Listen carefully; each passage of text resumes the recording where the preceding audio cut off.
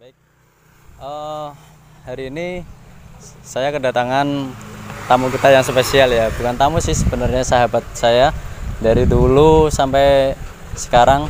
Dulu kan pengalaman kerja di suatu perusahaan, boleh saya sebut ya, PT Astra Honda Motor. Jadi perusahaan yang memproduksi atau perusahaan manufaktur yang memproduksi sebuah sepeda motor, teman-teman. Jadi langsung saja ya, nggak usah tunggu lama-lama. Ini saya langsung ke narasumbernya. Oke, dengan siapa saya bicara? Dengan Mas Geri atau nama lengkap saya Heri Purnomo. Oke, Mas Geri.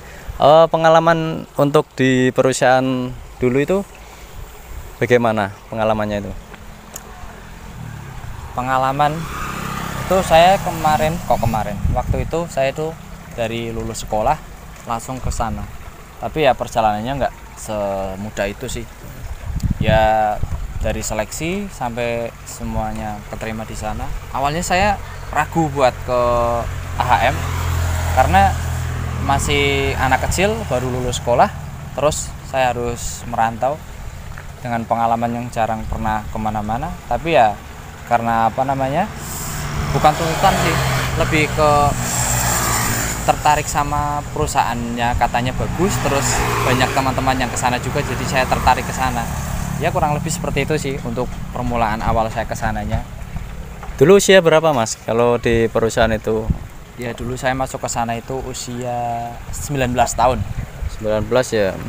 Katanya kan kalau perusahaan di mana itu, Astra itu kan 19 tahun, maksimal itu 20 tahun 6 bulan ya, toh.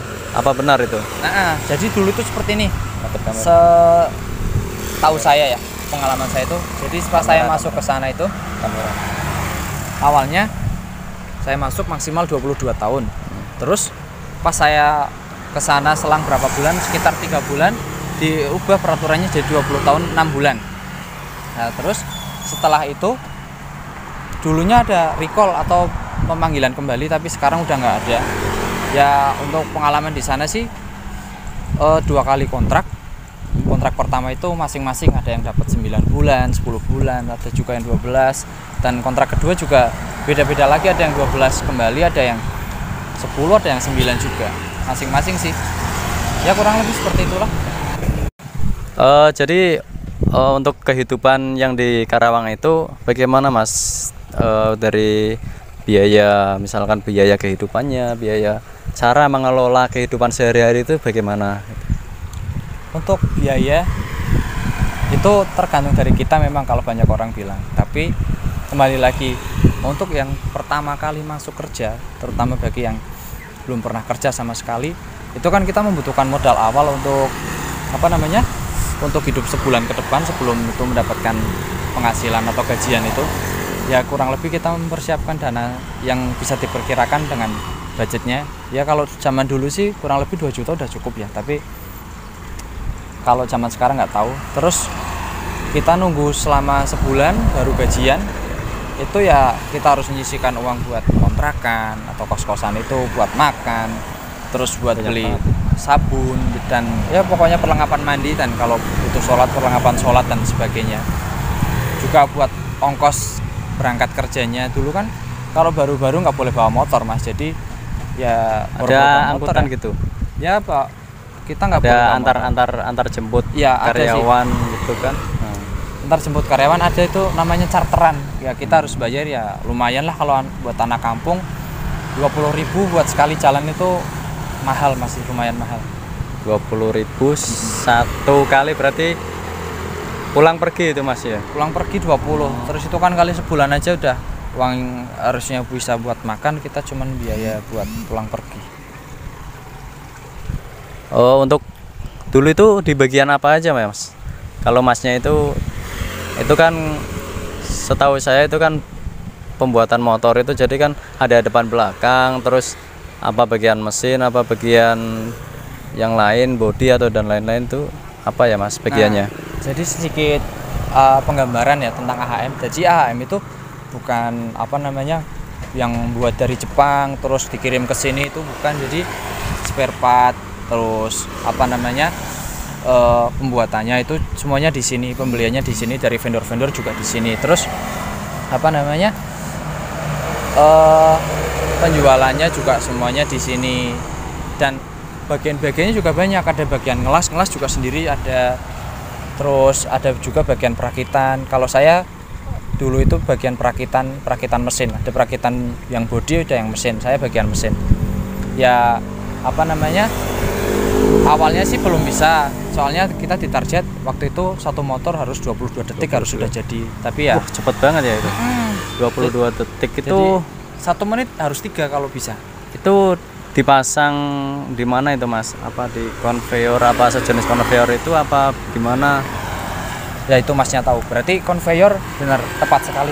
Konveyor itu kalau buat yang belum tahu ya, konveyor itu meja berjalan. Jadi kita kerja itu sambil jalan itunya mejanya. Jadi kita ngikutin mejanya, ngikutin meja yang berjalan itu. Jadi kita berapa menitnya ngikutin itu.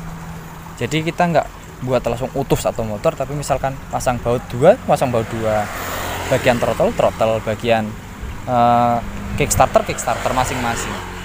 Oke. Jadi di sana itu berarti banyak bagian ya Mas. Bagian apa saja yang tersulit dan termudah di sana Mas? Masnya itu bagian apa dulu? Saya tadi udah bilang Mas, bagian AC engine atau perakitan mesin. AC engine ya. AC engine motor apa Mas itu dulu itu? Oh iya, maaf saya belum bilang. Saya dulu itu di bagian motor Beat. Jadi dulu Beat yang 2013 itu kan yang tipe kedua itu. Terus pas 2015-nya terus pergantian dari Beat yang tipe ketiga sampai sekarang. Tapi dulu saya cuman sampai 2017 pertengahan, terus saya habis kontrak keluar. Bagian tersulit apa Mas? Bagian tersulit saya di AC engine ya Mas? Iya. AC engine tersulit itu ya di bagian itu sih, crankcase L itu menurut saya sulit, walaupun saya belum pernah, tapi bagi saya itu paling sulit karena banyak keluhan-keluhan di sana. Kalau orang yang nggak teliti, udah berat, harus teliti juga di sana itu pasti akan terjadi banyak eksiden. Eksiden ya. Jadi semua itu harus safety juga Mas itu.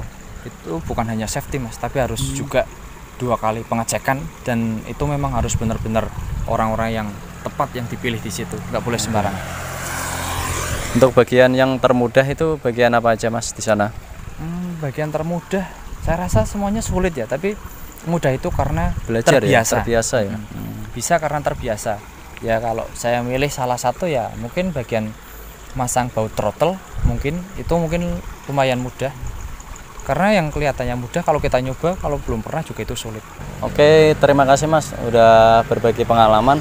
Tetapi saya ingin bertanya untuk pesan-pesan nih buat adik-adik yang mau bekerja di suatu perusahaan yang bonafit ya, terutama di perusahaan Astra Honda Motor itu tersendiri.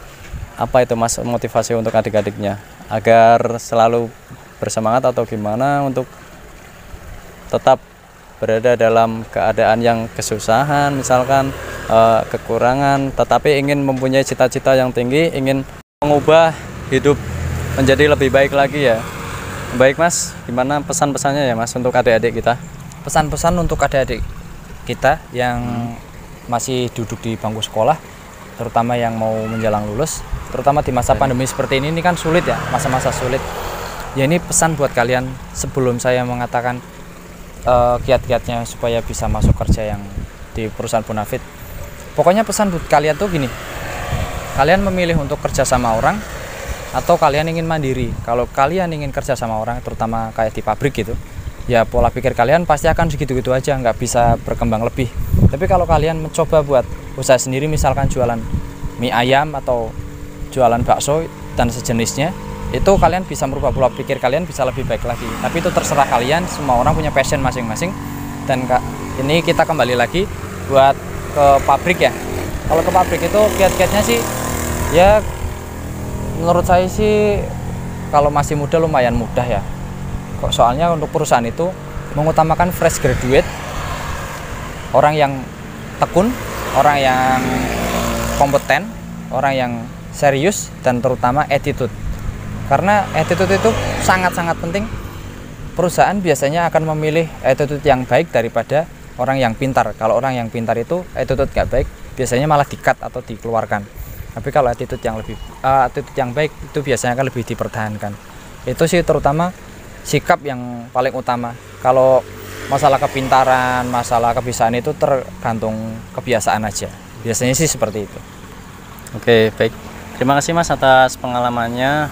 Semoga bermanfaat ya ini untuk adik-adik yang masih di bangku sekolah yang kelas 3 SMK, terutama di teknik otomotif ya, teknik kendaraan ringan ataupun otomotif. Itu bisa untuk referensi kalian, ini sebagai pengalaman bagi kakaknya. Semoga bisa menjadi penyemangat untuk kita semua.